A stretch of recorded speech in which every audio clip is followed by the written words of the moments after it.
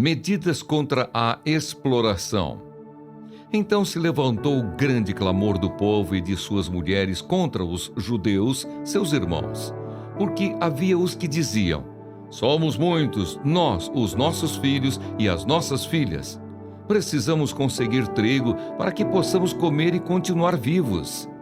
Também houve os que diziam: nós tivemos de hipotecar as nossas terras, as nossas vinhas e as nossas casas, para conseguirmos trigo em meio a esta fome.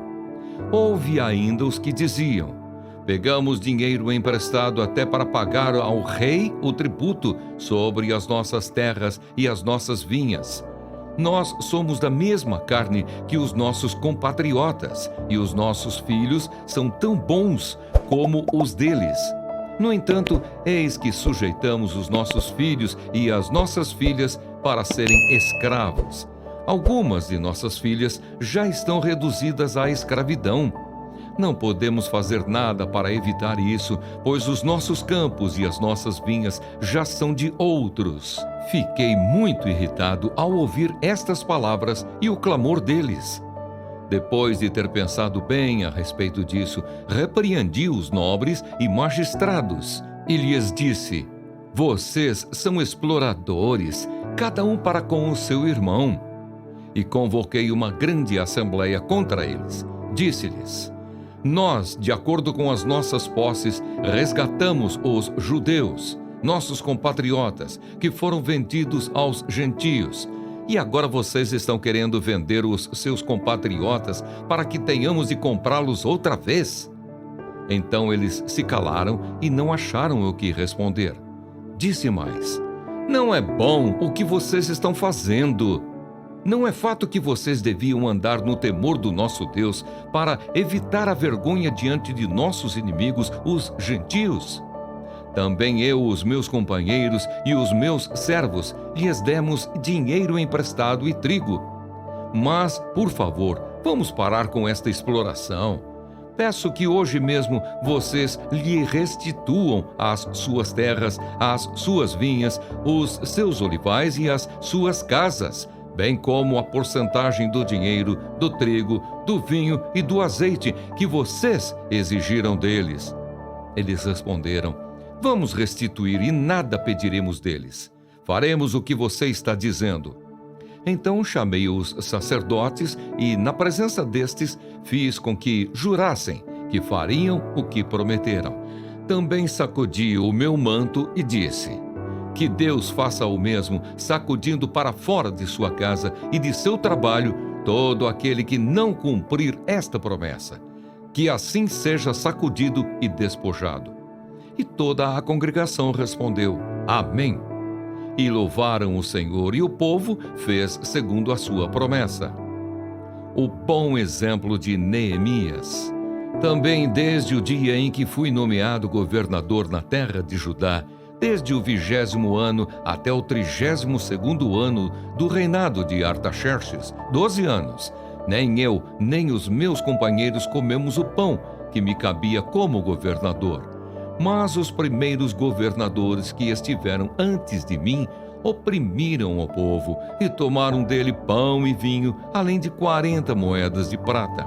Até os seus servos dominavam sobre o povo. Eu, porém, não fiz assim por causa do temor de Deus. Pelo contrário, também trabalhei na reconstrução da muralha sem comprar nenhuma terra. E todos os meus servos se ajuntaram ali para a obra. Também hospedei 150 homens dos judeus e dos magistrados, além daqueles das nações vizinhas que vinham até nós. O que se preparava para cada dia era um boi e 6 ovelhas escolhidas. Também à minha custa eram preparadas aves, e de 10 em 10 dias muito vinho de todos os tipos. Nem por isso exigi o pão devido ao governador, porque a servidão deste povo era grande. Lembra-te de mim para meu bem, ó meu Deus, e de tudo o que fiz por este povo. Planos contra Neemias.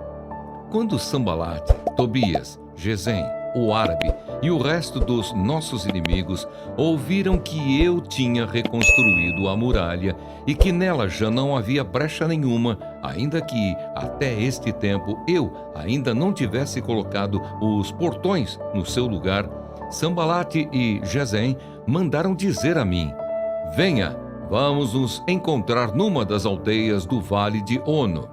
Na verdade, o que eles queriam era me fazer mal. Por isso enviei-lhes mensageiros para dizer: estou fazendo uma grande obra e não posso descer até aí. Por que devo parar a obra para ir me encontrar com vocês? 4 vezes eles fizeram o mesmo pedido, mas eu lhes dei sempre a mesma resposta. Então Sambalate me enviou pela 5ª vez o seu servo, que trazia na mão uma carta aberta.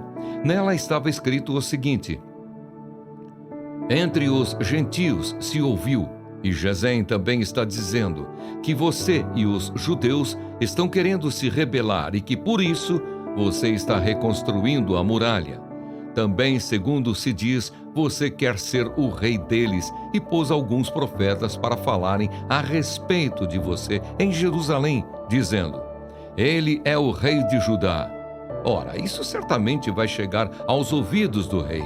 Portanto, venha agora e vamos, em conjunto, conversar a respeito disso. Mandei dizer-lhe: nada disso que você está dizendo aconteceu. Você está inventando tudo. O que todos eles queriam era nos amedrontar. Eles diziam: as mãos deles largarão a obra e ela não será concluída. Agora, pois, ó Deus, fortalece as minhas mãos. Quando fui à casa de Semaías, filho de Delaías, filho de Meetabel, que estava impedido de sair de casa, ele me disse: vamos nos encontrar na casa de Deus dentro do templo. Vamos fechar as portas do templo, porque virão matar você. De noite eles virão matar você.